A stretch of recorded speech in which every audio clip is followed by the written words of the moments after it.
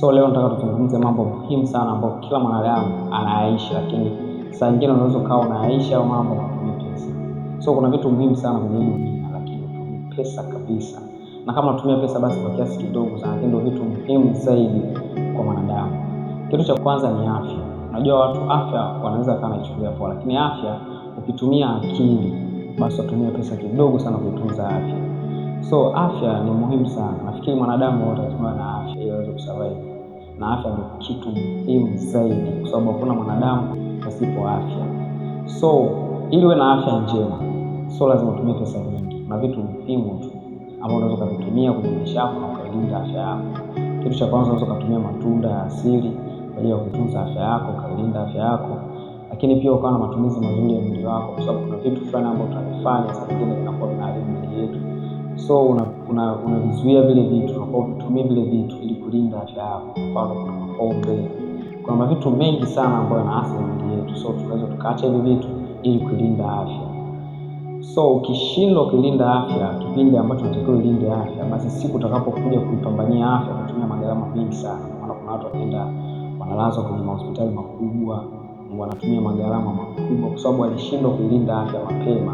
So imegharimu na sasa wanatumia magharama mengi sana kulinda afya. Lakini ukiwa na akili timamu ukishajitambua, basi una uwezo mkubwa sana kulinda afya yako pasipo kutumia gharama. Kama ni gharama utaitumia, basi ni gharama ya kawaida ambayo kila siku kwenye maisha yetu tunaweza kutumia, labda kununua matunda, kufanya mazoezi. Kwa sababu unafanya mazoezi lazima utoke ununue viatu kwa ajili ya kufanya mazoezi na vitu kama hivyo, labda kukimbilia na vitu vingine tofauti, twende gym na vitu kama hivyo. So afya ni kitu muhimu, lakini afya unaweza kuwa nayo pasipo kutumia pesa. Lakini ukishinda kulinda afya, basi utumie magharama mengi sana kwenye kuileta afya kwenye mwili wako. Lakini kitu cha pili ambacho huwa ni muhimu sana kwenye maisha yetu, lakini hatutumii gharama, ni swala la heshima. Hapo tunazungumzia utu na heshima. So heshima haihitaji pesa. Ili mtu aonekane na heshima kwenye maisha au kwenye jamii inayokuzunguka, unahitaji pesa. Unahitaji vitu vichache tu, elimu, unasoma vitabu, unajifunza sehemu tofauti tofauti, unapata akili ambayo inakuwa na kutunza wewe, inakuweka katika heshima. Sehemu tunapoishi unakuwa unaishi kwa heshima kwa sababu kuna vitu unakuwa unavifahamu. So heshima haihitaji pesa. Unahitaji magharama yote kwa heshima. Ni unahitaji tu kujifunza vitu vidogo vidogo vitakavyokujengia wewe kuwa na heshima. So utu na heshima ni kitu muhimu sana kwenye maisha yako. So hichi ni kitu muhimu, lakini utumie gharama kwa nacho. Unahitaji tu vitu vichache tu. Lakini kitu kingine ambacho ni muhimu sana kwa maisha yetu, lakini utumie pesa, ni swala la muda. Unajua muda ni kitu muhimu sana kwa maisha yetu, lakini hichi ni kitu ambacho utumie gharama. Yaani muda unahitaji tu mpango na mikakati ambao umepangilia kwa kitu ambacho unataka kufanya kwa kuzingatia muda. So utumie gharama. Muda ni kitu muhimu kwa sababu mafanikio ya mtu yote, ukiona mtu amefanikiwa amefanya kitu chochote, basi ujue alizingatia muda. Hata wewe kama kuna jambo unalifanya limekamilika, ujue ulizingatia muda. Usipozingatia muda, basi mambo yanakuwa magumu. So muda ni kitu muhimu. Lakini hichi ni kitu ambacho utumie gharama yote. Ni kitu ambacho kipo tu. So kinahitaji tu mipango na mikakati, kujipangilia, kufanya mambo yako kwa wakati, kujitengenezea ratiba nzuri. Ukizingatia muda, basi utafanikiwa sana. Na muda ni kitu muhimu sana kwenye maisha, lakini utumie gharama. So hivi ni vitu muhimu ambavyo havihitaji pesa, ila vinahitaji vitu vichache tu.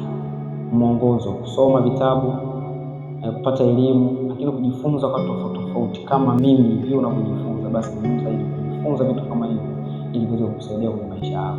So muda ni kitu muhimu, lakini utumie gharama. Hicho ni kitu muhimu sana. So muda ni kitu muhimu, kuzingatia muda ili uweze kufanikiwa kwenye mikakati yako na kwa mambo yako. Lakini kitu kingine ambacho unaweza kutumia au unakiishi kila siku, lakini utumie pesa, yaani utumie pesa kabisa, ni swala la nidhamu. Nidhamu bwana ni kitu ambacho utumie pesa. Ni swala la kujifunza, yaani hakuna sehemu ambapo kuna nidhamu. So ni kitu ambacho tunataka tukimbie tu vitu vichache tu, kujiongeza, kusoma, na kama nilivyoeleza kwenye hapo nyuma. So unajifunza, so ukishajifunza basi unakuwa na nidhamu. So kitu ambacho unaweza ukawa unakinunua. Kitu kingine muhimu zaidi ambacho unakuwa nacho kwenye maisha, lakini utumie gharama yoyote, utumie pesa, ni swala la upendo wa kweli. Tunapozungumzia upendo wa kweli, upendo wa kweli haununuliwi sehemu yoyote. Upendo wa kweli unatengenezwa tu na mtu mwenyewe. Yaani wewe unaweza kutengeneza upendo wa kweli kwa mtu unayempenda.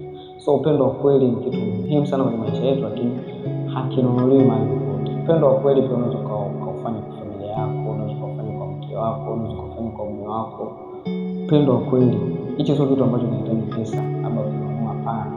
Kitu tu ambacho tunatakiwa kujifunza sehemu tofauti uwe nacho na uwe unakiishi kwenye maisha yako kila siku. So upendo wa kweli ni kitu muhimu sana kwenye maisha yetu, lakini utumii gharama yote ukinunua, yani kitu ambacho kipo tu. So kinahitaji vitu vichache sana kwa maana kujifunza na vitu kama hivyo. Lakini kitu kingine, na hicho ndio kitu cha mwisho lakini muhimu sana kwenye maisha yetu, ni amani ya moyo. Swala amani ya moyo bwana ni kitu ambacho amani ya dini amani ni kitu ambacho kipo. So kinahitaji vitu vichache. Jifunze sana mambo ya hekima ambayo tutakutengenezea mfumo mzima wa amani. Lakini jifunze namna ya kuishi kwa kusamehe watu.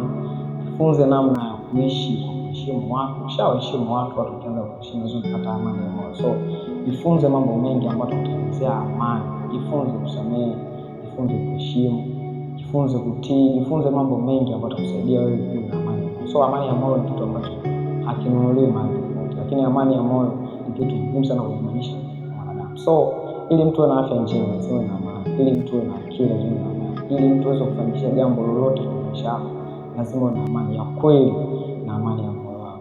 So haya ndio maisha ambayo mtu anatakiwa kuishi kwa staili hiyo. So kama jifunze hii video mwanzo mpaka mwisho, basi nakusihi kwa mambo kama 3. Jambo la kwanza, naomba uguse hiyo alama subscribe hapo chini. Jambo la pili, naomba uguse alama ya kengele ili kila video nitakapokuwa na upload unakuwa mtu wa kwanza kuiona. So pia ujifunze hii video, kama jifunza mwanzo mpaka mwisho, basi usahau kucomment ambacho umejifunza. Ili hicho utakachocomment kufundisha watu wengine, kwa sababu slogan yetu ni tukufundishe na ukafundishe. So unaweza kufundisha wenzako kupitia comment, utakometisha. Fanya hivyo utakuwa umefanya kitu kizuri. So maisha yetu ndio kwa hivyo. Kwa hivyo ni vitu muhimu ambapo hutumii gharama yoyote.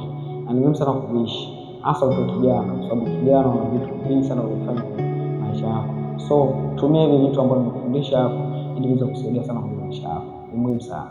Bwana Mungu awabariki sana. Asante sana.